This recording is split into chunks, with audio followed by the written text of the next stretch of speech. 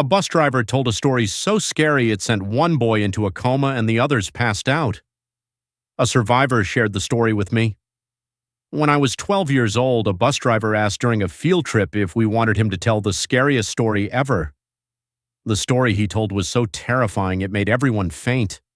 No one would say what it was about later, just that it was the scariest thing that any of them had ever heard. Kids spoke of it in whispers, in rumors, but nobody would ever repeat it to me no matter how I begged or pleaded. I was the only kid on the bus wearing headphones, so I didn't hear it. I had a brand new Walkman. Yes, I'm old. And when all the other kids were telling each other scary stories, I put my headphones on. I can't even remember where the field trip was going. Science museum? Anyway, it was a long drive for a dozen kids. What I do remember is seeing the bus driver, not our regular driver, but a substitute for the field trip, looking up at us in the rear view and asking if we wanted to hear the scariest story in the world. Everyone chorused, "Yes," really loudly, and the driver kept insisting it was too scary for us. I think I rolled my eyes and I remember him saying, "This story starts on a county road." Then I tuned him out and turned up the volume on my Walkman, and when the tape got to the end, I realized that the bus around me was silent. I looked up. Every kid sat slack-jawed and wide-eyed. I turned around in my seat to my best friend Isaiah sitting in the row behind me and I asked, "Hey, what's going on?" His eyes flicked up to meet mine. He closed his jaw but didn't say anything. "You okay? Why'd it get so quiet?" Somewhere on the bus, a whisper. A few kids up front talked in nervous undertones. I think they said, "Don't tell him." Isaiah said, his voice monotone. He told us a scary story. "What was it about?" I asked, turning my attention to the driver, who was also silent now, hands on the wheel, saying nothing, though he had a strange expression on his face, his eyes sort of glazed. "Can't tell you," said Isaiah. "Why not?" He didn't answer. Neither did anyone else. It was like whatever they'd heard had so terrified them that they were locked into trauma, just frozen there by this shared, collective, horrifying experience that I'd somehow missed. I don't know if you've ever ridden a bus full of school children, but it is never quiet. There is always chatter. But right then, other than the rumble of the engine, you could have heard a pin drop. "What was it about?" I repeated louder. At that moment, a horn sounded. Everyone clutched the seats as a truck barreled toward us. Later, I was told the bus drifted into opposing traffic. The truck driver's quick reflexes and veering saved us from a worse accident, but the impact still killed the bus driver, left one student in a coma, spun the bus, and knocked a bunch of us out. Later, the rumor would spread that the bus driver and students all fainted from the story, and that's what caused the crash. Anyway, I remember coming back to myself in my seat, sitting up and seeing the blue sky outside, seeing the day look so normal except for the steam, or smoke, from the bus and the truck. I heard sobbing from my classmates. Some of us were sent to the hospital. The rest of us were sent home.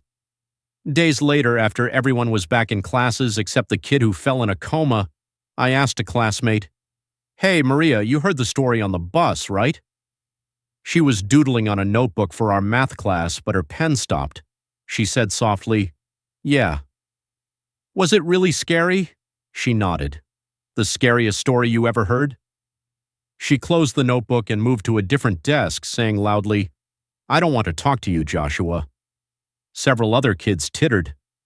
I think my cheeks went red. I wasn't a social reject, not exactly, but I wasn't one of the popular kids either. I tried with other kids who'd been on the field trip, but none of them would talk to me about it, not even my best friend Isaiah. He just kept saying, "Nah, man, it's too scary." I snapped, "Dude, just summarize it if it's too scary. What was it even about?" "I'll tell you when I'm 55. 55? I don't want to have to think about it. Bro, just let it go." His refusal almost broke apart our friendship, but eventually I accepted that nobody was going to tell me whatever had traumatized them so badly. It's a mystery I have agonized over for decades. Just last year, I found a note in my Google Calendar that I apparently made as a reminder to myself telling me Isaiah's birthday, 55. I reached out partly to wish him a happy birthday, but also to ask if we could catch up. We hadn't seen each other since our high school reunion, and we arranged to meet for coffee. When I arrived, I was surprised to see his glassy and yellowed eyes. He looked much older than 55. I tried to hide my shock, but he just smiled and said, "Pancreatic cancer, I've got a few months, probably." "Oh," I said. "Oh, shit, I'm sorry. You look good, though." He raised his coffee cup to me. "Look like you're still 40 years old. How's life treating you?"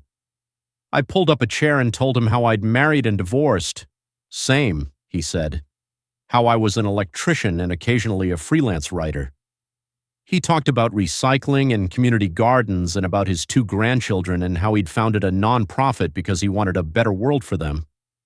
And as I began to reminisce about our school years, he raised a hand. "Before you ask, I'm not going to tell you that bus story." But he shook his head.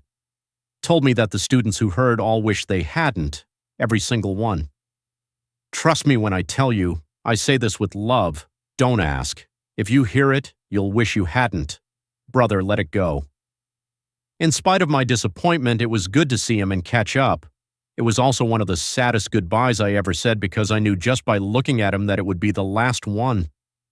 After that conversation, I finally accepted that the mystery would go unsolved. Until yesterday. Yesterday it happened by pure accident. I finally heard it. The story the bus driver told. I was at a local bar and I overheard from a nearby table a woman say, "All telling scary stories," and the driver said, "Do you want me to tell the scariest story ever?" I immediately broke off from my own conversation and craned my neck to see who was speaking. It was a middle-aged woman, and I didn't recognize her at first in the low lighting, but as she kept talking, I realized, Maria, this was little Maria. Last I'd seen her, she'd been 12 years old. She'd gone to a different junior high and high school than Isaiah and I. But in her brown curly hair and the sideways quirk of her mouth when she talked, it was definitely her. Either she'd moved back to our hometown or else, like me, had never left. Small world. The chatter was loud in the bar. I missed her next few words. "Are you serious?" gasped a girl at her table. "It's all true. Shinji fell into a coma. Devin's stepfather stabbed him. Mitsuko died at her wedding when the cake was smashed into her face, and one of the dowels went through her eye." More gasps. All of them happened like the driver said. Isaiah was 55 when the cancer got him, and he and I were the last 2. Oh, but the craziest thing, there was one other kid on the bus who wasn't listening.